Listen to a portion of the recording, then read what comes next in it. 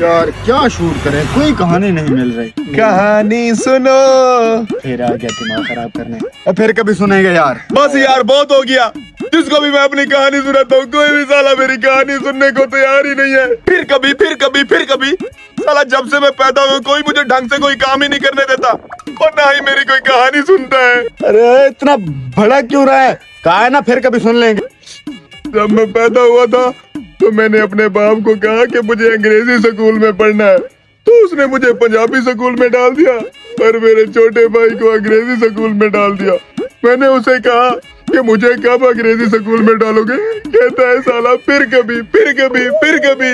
कहाँ जाऊँ यार, मैं किसको सुनाऊँ अपनी कहानी। उसके बाद मैं कॉलेज में गया तो वहाँ मुझे एक लड़की से प्यार हो गया, लेकिन मेरी बदकिस्मती थी, वो किसी और से प्यार करती थी।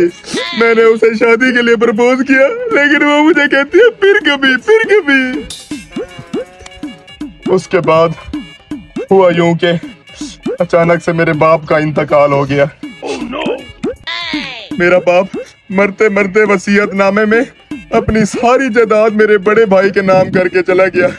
उसके मरने के बाद मेरे बड़े भाई ने मुझे और मेरी माँ को घर से निकाल दिया।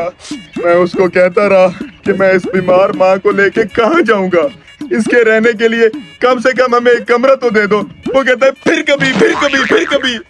मेरी कहानी मेरी जुबानी कोई सुनता ही नहीं है। अब तुम ही बताओ मैं कहाँ जाऊं।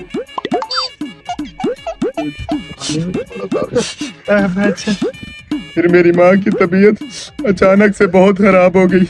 मैंने उसकी चौखट पे सर रख के बहुत रोया कि मेरी माँ को लंबी उम्र अता फरमा।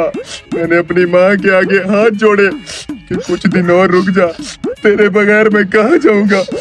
तो फिर मेरी माँ बोली फिर कभी फिर कभी फिर कभी। उसके जाने के बाद फिर भी मैं चुप रहा चुप रहा चुप रहा चुप रहा।